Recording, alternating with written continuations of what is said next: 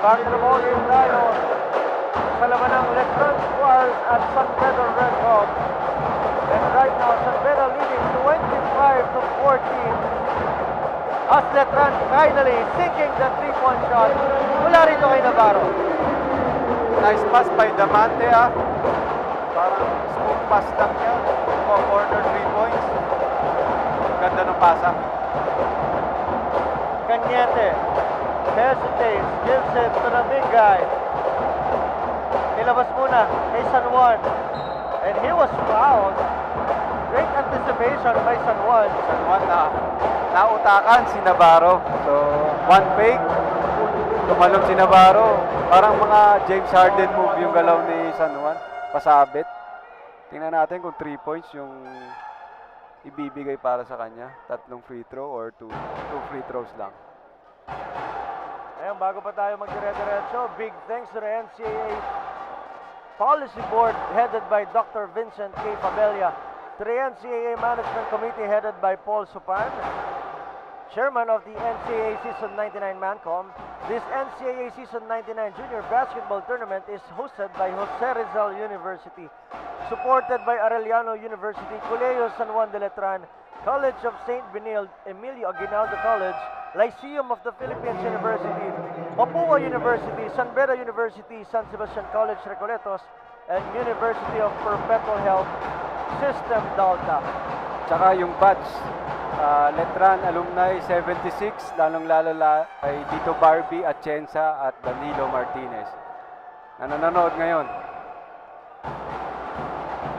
And right now, San Juan at the line for his last shot. That's good para rito kay San Juan. It's a 9-point lead now for San Pedro Red Hawks. This is the largest lead by a team against the defending champions. Letran can't get it from the 3 once again. Maybe they have to take it inside for the Letran. It's all because they're not hitting it from the outside. Yes, anong nangyayari kasi sa Letran ngayon, parang nagmamadali sila naman na sobra. So, feeling ko kailangan lang nila mag-settle down.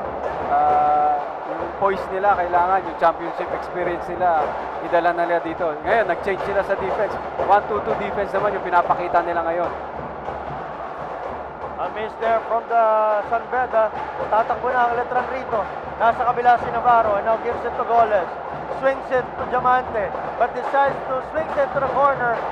Hindi lang matanganan ng bola, and he will be called a violation here. Stepping outside. Balik ang bola sa mga nakapula. Pero panira na kay Diamante, di ba? Pinasa niya pa. So, nagdadalawang isip ngayon yung Letran Squires.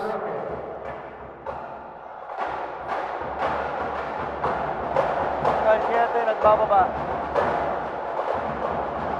1-3-1 defense ang pinapakita ng Letran Squires. Matumbakan.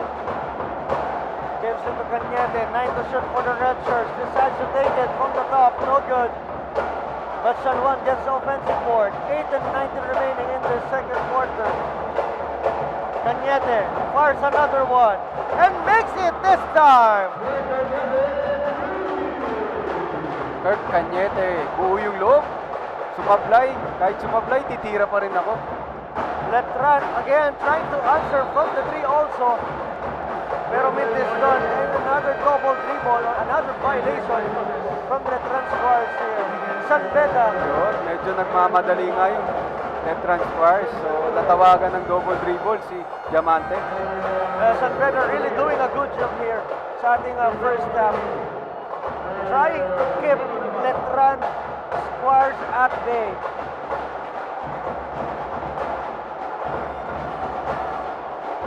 By Loses. Now Cañete gives it to the right side. Doliente to San Juan. Now Cañete once again open from the 3. Mintis lang this time. Bababa ang Letran dito. Manalili. Sasagasa! And Manalili scores! Coast to coast move by Manalili. Moses Manalili, coast to coast. Back to 1-2-2 defense na naman ng Letran Squires. A 10-point lead here by the red shirt. Doliente, anticipated by the Letran Knights. Letran Squires, counter still by Cañete. Tatakbo ang Beda. Cañete to the corner, Viloses. Short. Can't get it. Counter run by the Letran. Silorio with a basket. What a move by Silorio. Akala mo mawawala na yung bola pero nagawan pa rin ng paraan. Yun talaga dun ang strength ng Letran pag tumatakbo. And with that basket, walo na lang ang inahabol nitong Letran Squires. Magbabalik tayo rito yan sa NCAA Season 99 Junior Basketball Tournament.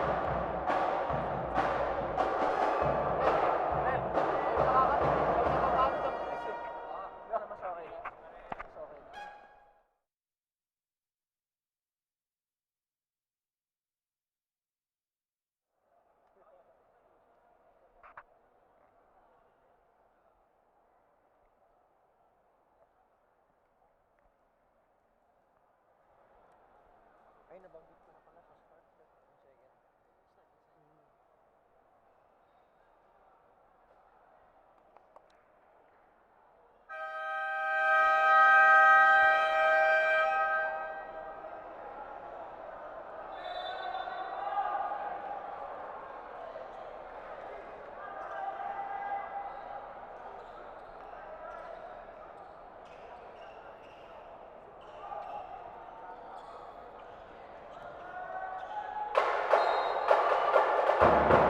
Back to the ball game, still San Beda University Red Hawks leading here 29-21.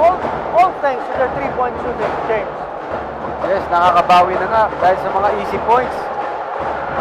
Yung Letran, kaya lang easy points sana yun, kaya lang nag-witness lang si Goles. And right now, Letran trying to do their game inside, but doon lang sa possession na yun, minutes lang. Sayang yung open basket. Tinatry nila na makakuha ng mga easy points sa fast break. So, still sila. Takbo kagad yung Letran Squires. So, kailangan talaga mabawasan yung errors ng San Beda Red Caps. May losses to San Juan from the corner, no good. Tatakbo na naman ng Letran. Manalili hesitates, decides to drive, and was blocked there. 4 shot by Manalili. Mercado with a big block against Manalili. Ito, sabi ng San Beda siguro, hindi kayo tumatama from the outside. We know that you're gonna go your game sa loob. Ito, naaabangan naman itong mga taga San Beda. Actually, yung San Beda ngayon, fall in love na sila sa 3 points. Parang 2 or 3 na, i-supply nila sa 3-point shots ngayon. San Juan off the board is good. San Juan, the bank is open. Chamante trying to find his teammate to the corner with a spin here. Manalili, naagawan ng bola. Tatakbo ng San Beda by losses to the corner. Cañete nabitawan. Lakas lang ng pasa ni San Juan. Lakas ng pasa. Nakuha, oo. Tatakbo ang Letran with that looper is good. By Liling this time. By Liling, doon talaga nag-aano yung Letran sa fast break points. Pag nag-error ka, patay ka sa kanila. Automatic yun, score. Still an 8-point lead here by the San Beda Red Hawks. By losses. Naghahanap ng papasahan. Gives into the corner. Lorenzo Nice with a pass great by pass to Lorenzo. Doliente. Sayang. Nako. Walang nag-slide to the right corner para rito sa San Beda. Walang tao lang sa corner. Good intention, kaya lang wala lang tao sa corner. Si Coach Migo ata yung nakita niya. Coach Migo Roldan nandun sa corner. Chamante anticipated by San Juan. A steal here. Complete steal by the Beda. Doliente for 3. No. Viloses. Wala raw. No count. Ang foul ay sa San Beda. Babalik ang bola rito sa Letran Squad. Swerte pa yung Letran nun. Yung bumaba sa depensa nila, konti lang. So, kung di na foul lang yung San Beda nun, easy 2 points para sa San Beda yun.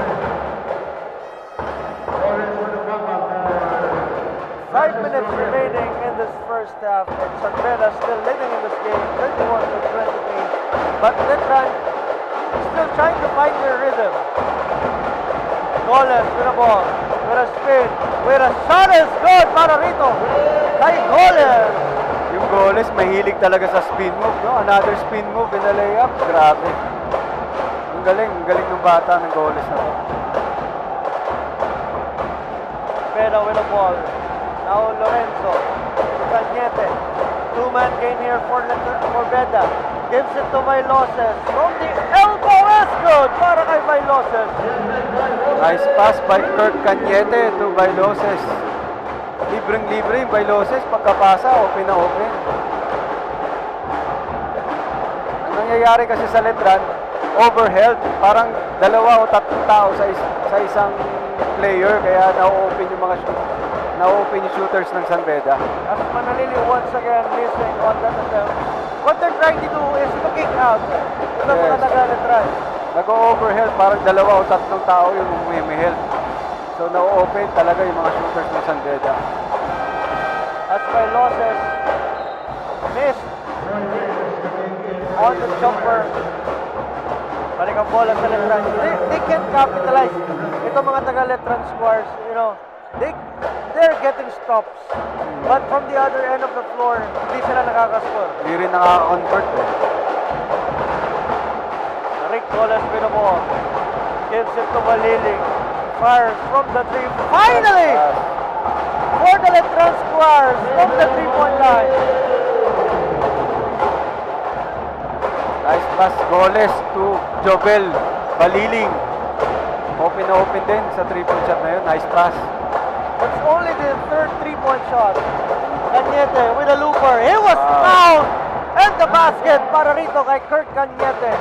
Na-late lang ng konti yung help ni Hugo. So, ang ganda ng baseline drive ni Kurt Cañete.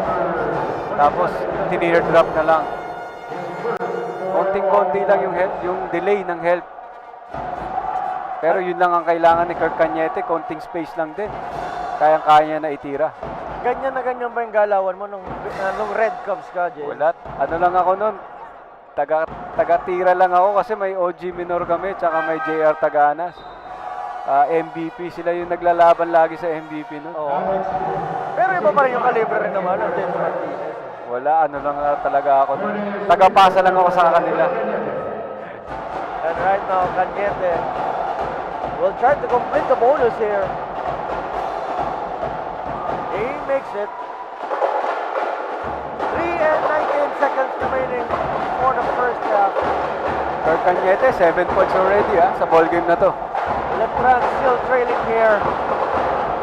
San Beda naman yung nag-zone defense, 2-3. Reyes, great footwork. Anything but the shot para dito kay Reyes. But San Beda with the ball.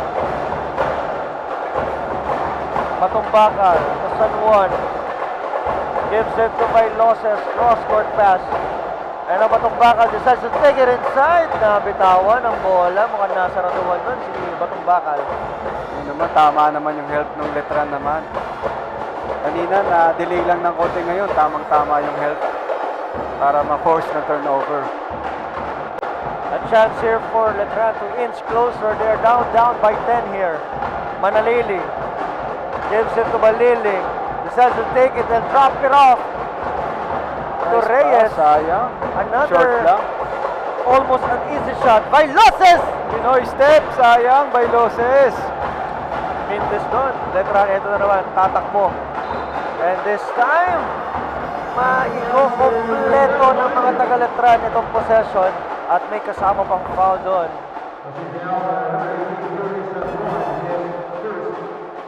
Baliling. Kapag kalaban mo tong Letran Squares, hindi ka pwedeng pumikit eh. Pag pikit mo, nandun na kaagad sa kabilang court eh. Takbo ng takbo. Takbo ng takbo. Grabe tong Letran Squares.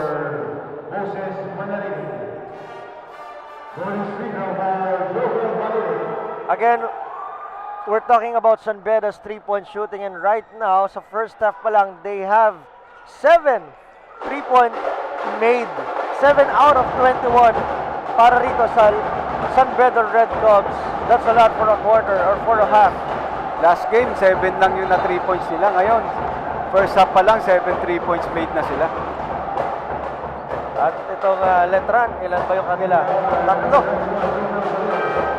3. Dalawa para sa Letran. 2 out of 9. 2 out of 9 naman yung Letran. Ito San Beda, bibigyan pa ng free throw dito. Mukhang penalty na itong mga taga-Letran. 2 minutes and 5 seconds remaining sa ating first half. San Beda leading 37 to 29 and San Juan adds more to the board para rito sa San Beda. Juris San Juan, ganda ng nilalaro nito ngayong araw na to. Second shot for San Juan. Yes. 7 points na para kay Juris San Juan. Medyo nagmamadali rin kasi itong mga taga-Letran sa kanilang mga tiro. Pero right now, slowly, they're getting the rhythm back. Goles takes it inside. Malakas lang. But he will get his own miss and drops it off Nice pass by Goles. to Reyes.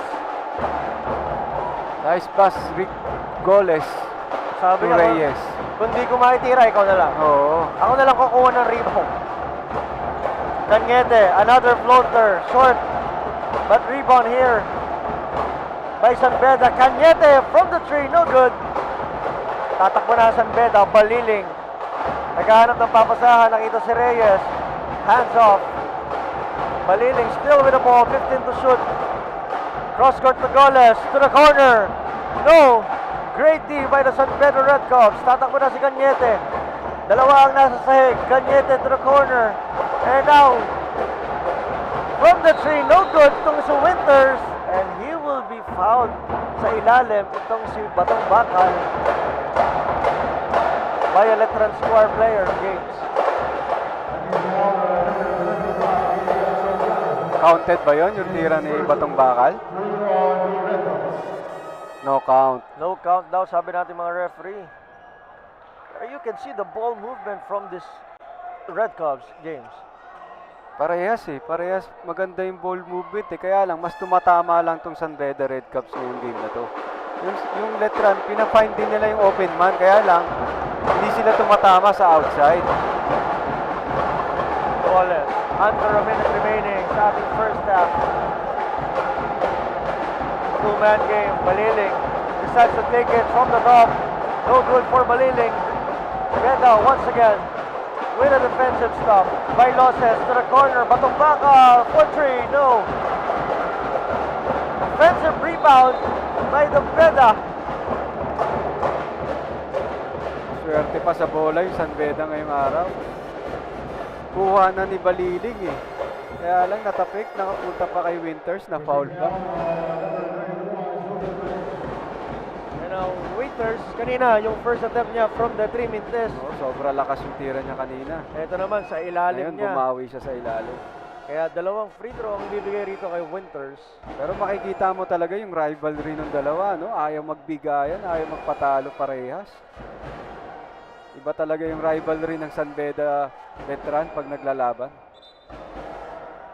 That's Al Marlon Winters. May nare-review muna ng ating mga referee dito.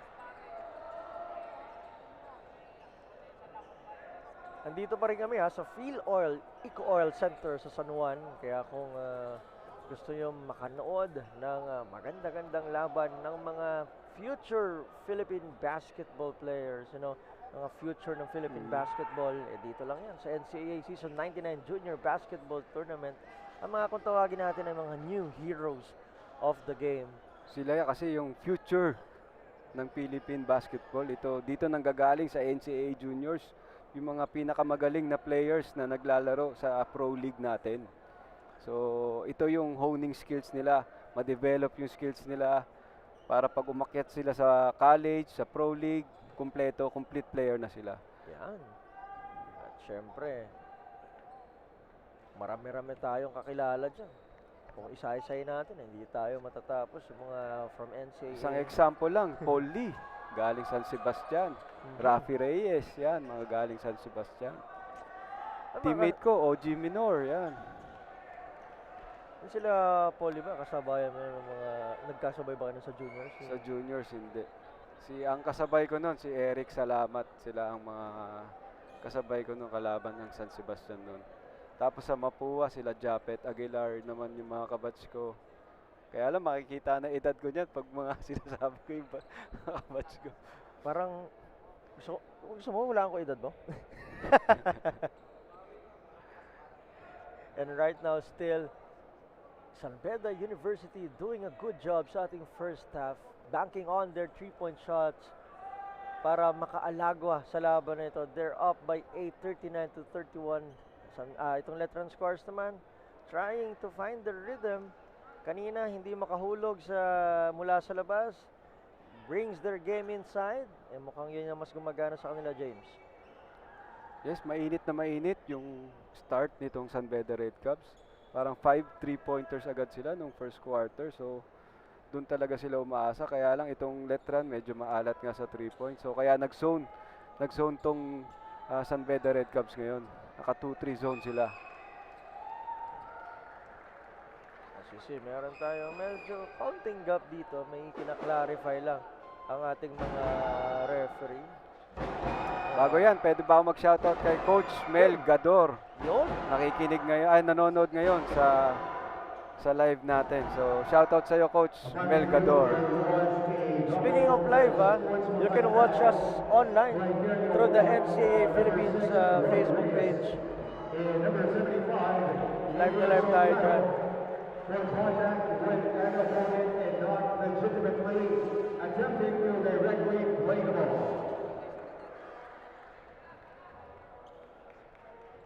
Di natin ganong marinig itong Oo. Ano kaya nangyari ba? Antayin natin yung call ng referee. pero surely itong si Winters will have his free throws right after this lull. Ito yung mga lalamigin ka yung mainit ka tapos lalamigin ka. Maybe Letran could use this lull para palamigin itong mga taga San Beda. As Winters will have his free throw. First shot is good para kay Almarlon Winters. Ganda na ang apelido niya. Winters. May lahi siguro to. Kanina may IC dun sa first game natin. IC Kalyangan. Ito naman si Winters. Malamig. Reyes. Letran has the ball here. Gives it to the corner. Gasingan, Mintiston. Beda with yet another board. Medyo maalat nga itong Letran sa 3-point shot 2 out of 11 sa game na to. By losses, kumatong bakal. Decides to take it inside. A block there. By Gasingan. San Beda has the ball pa rin. 2 seconds remaining. At mauubusan na tayo ng oras sa ating first half.